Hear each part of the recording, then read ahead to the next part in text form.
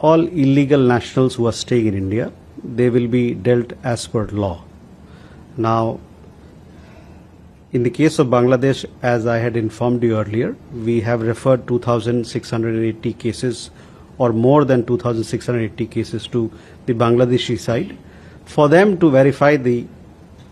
nationality of those people that we have handed over the names of. Once this nationality verification is done, then we'll be in a position to deport these people, these nationals of Bangladesh. In many cases, I had told you earlier that these verification is pending for more than 5 years or so, and it is our expectation that we will receive an early response from Bangladesh on this particular issue, so that the bilateral arrangement that we have between both the countries, based on that, these people who are staying here, they can be sent back to or deported back to Bangladesh.